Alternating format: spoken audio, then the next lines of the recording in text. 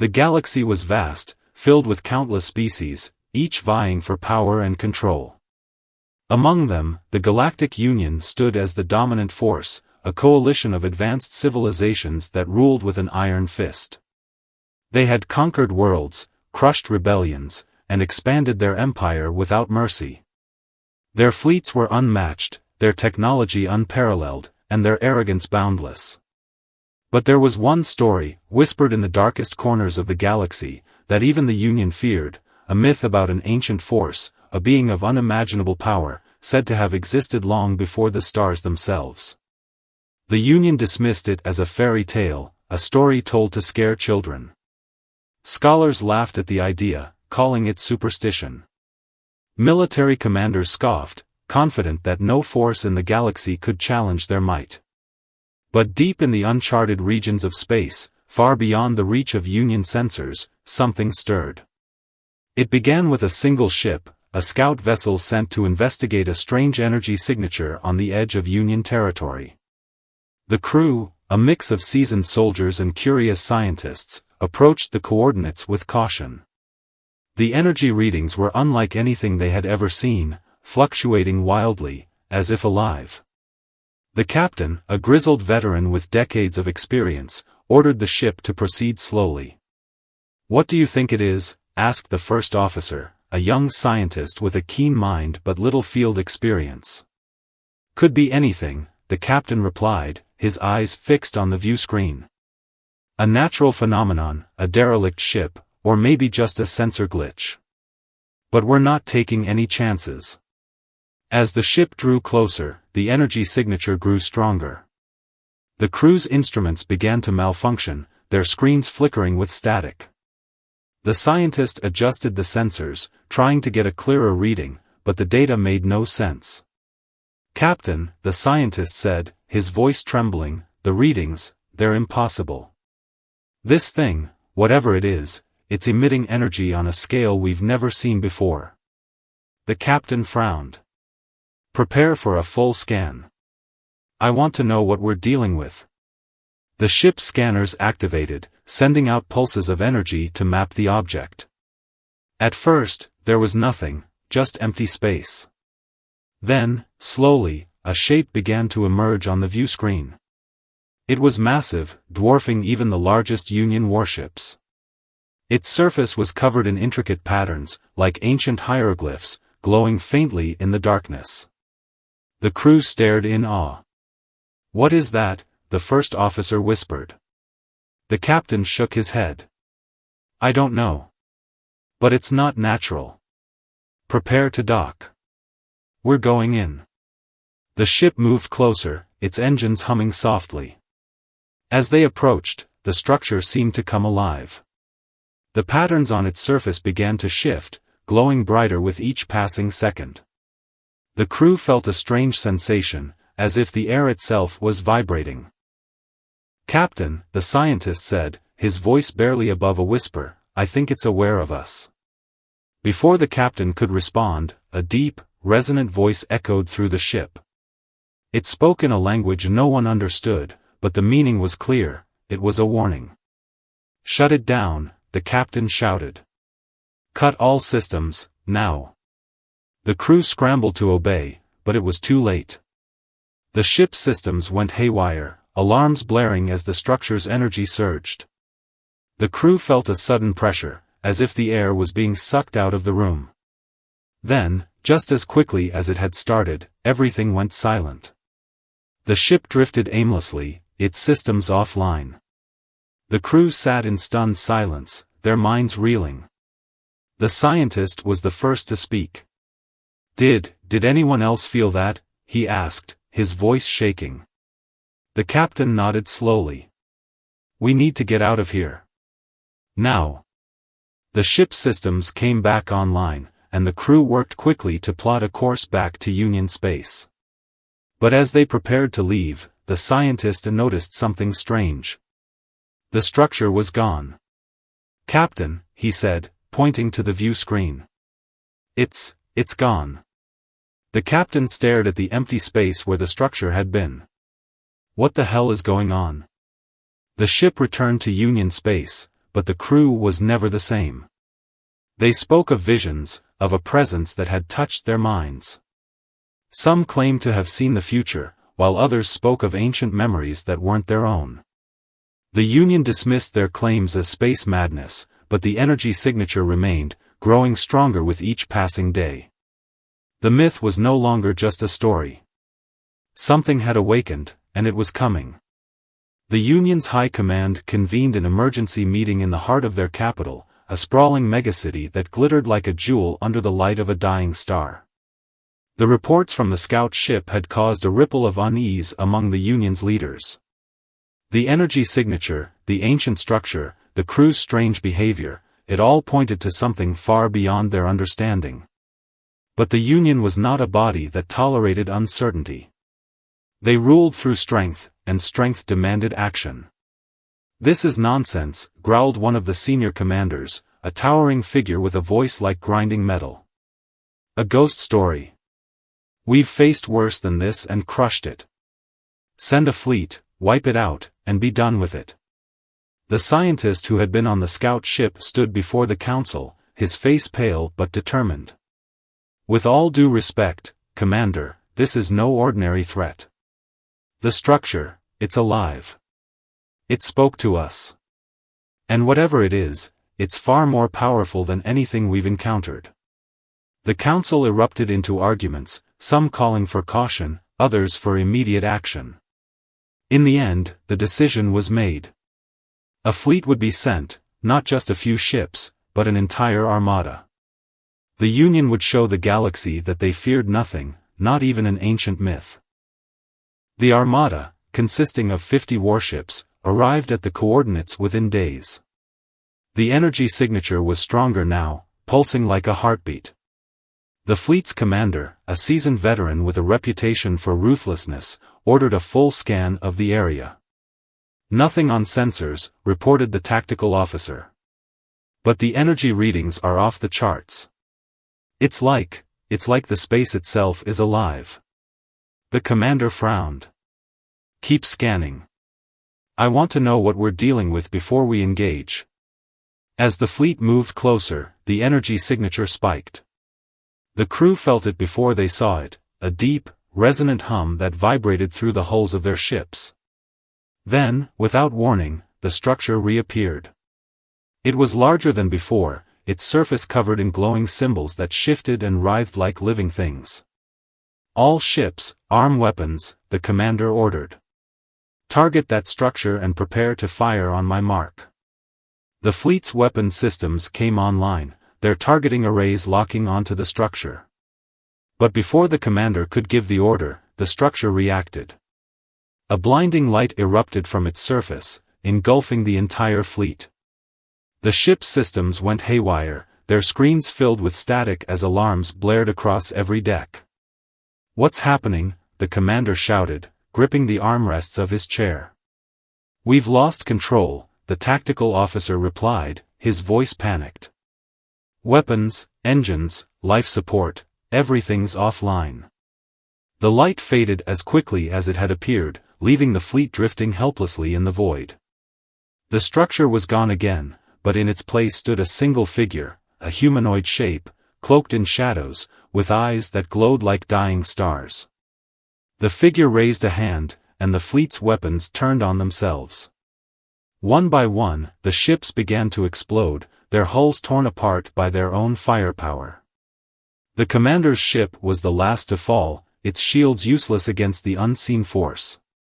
This can't be happening," the commander whispered as his ship was consumed by flames. The Armada, the pride of the Union, was annihilated in moments. The myth was no longer a myth. It was real, and it was coming for them. News of the Armada's destruction spread like wildfire across the galaxy. The Union, once seen as invincible, was now vulnerable. Panic gripped their colonies as rumors of the Harbinger, the name now given to the mysterious figure, spread. Entire systems went into lockdown, their leaders desperate to protect their people from the coming storm. The Union's high command was in disarray. Their greatest fleet had been wiped out, and they had no answers. The few survivors from the Armada spoke of a being that could control their ships, their weapons, even their minds. Some claimed the Harbinger was a god, others a weapon from a forgotten age. But one thing was clear, the Union was no longer the dominant force in the galaxy. Amid the chaos, a small group of rebels saw an opportunity. They had long fought against the Union's tyranny, but their efforts had always been crushed under the weight of the Union's military might. Now, with the Union weakened, they saw a chance to strike. But they knew they couldn't do it alone. They needed to understand the Harbinger, to find a way to control it, or destroy it. The rebels, led by a former Union scientist, began to piece together the truth. The Harbinger was not a being, but a weapon, a relic of an ancient civilization that had been wiped out by the Union long ago. The structure was a prison, designed to contain the Harbinger until it was needed. If we can find a way to control it, the scientist said, we can use it against the Union. But we need someone strong enough to wield it. The rebels set out to find such a person, someone who could stand against the Union and the Harbinger. Their search led them to a remote planet, where a young farmer lived in peace. He had no interest in war or politics, but the rebels saw something in him, a strength that even he didn't know he had. The farmer lived a simple life on a quiet, unremarkable world far from the chaos of the galaxy. His days were spent tending to his crops, his nights under the glow of twin moons. He had heard whispers of the Union's troubles, but they felt distant, like a storm on the horizon. That changed the day the rebels arrived. Their ship landed in a field near his home, its engines humming softly as it settled into the dirt. The farmer watched warily as a group of strangers stepped out, their faces grim but determined. Among them was the former Union scientist, who approached the farmer with a sense of urgency. "We need your help," the scientist said, cutting straight to the point. "The galaxy is in danger, and you might be the only one who can stop it." The farmer frowned, his hand still gripping the handle of his plow. "I'm just a farmer. I don't know anything about saving the galaxy." "You don't understand," the scientist replied. "The Harbinger, the thing that destroyed the Union's fleet, it's not just a weapon. It's alive. And it's drawn to people with a certain strength. We think you might be able to connect with it, to control it." The farmer shook his head. "You've got the wrong person. I'm not a soldier or a hero. I just want to live my life in peace." The scientist stepped closer, his voice low but intense. "There won't be any peace if the Harbinger isn't stopped. It's already destroyed entire worlds. If we don't act, it will keep going until there's nothing left." The farmer hesitated, his gaze drifting to the horizon. He had always tried to avoid conflict, to stay out of the galaxy's troubles. But the scientist's words struck a chord. If what he said was true, there was no escaping this. "What do you need me to do?" the farmer asked finally. The scientist smiled, relief washing over his face. "Come with us. We'll explain everything." The farmer left his fields behind, stepping onto the rebels' ship with a sense of unease. He didn't know what he was getting into, but he knew one thing: the galaxy was counting on him. The rebels' ship was a stark contrast to the farmer's quiet life. It was cramped, filled with the hum of machinery and the chatter of people preparing for battle. The farmer felt out of place, his rough hands and simple clothes a reminder of how far he was from home. But the rebels treated him with respect, their eyes filled with hope as they explained their plan. "The Harbinger is drawn to strength," the scientist said, pulling up a holographic map of the galaxy. "But not physical strength, inner strength. Courage, resolve, the will to stand against impossible odds. That's what it responds to. We believe you have that strength." The farmer shook his head. "I don't feel strong. I'm just me." "That's exactly why you're the right person," the scientist replied. "You're not driven by ambition or greed. You fight for what's right, not for power. That's what the Harbinger needs. The rebels began training the farmer, teaching him how to focus his mind and harness his inner strength. It was grueling work, pushing him to his limits both physically and mentally. But as the days passed, he began to change. His movements became more confident, his mind sharper. He started to believe, just a little, that he might be able to do this. Meanwhile, the Harbinger continued its rampage. Reports came in of entire colonies vanishing, their populations gone without a trace. The Union, desperate and fractured, tried to fight back, but their efforts were futile.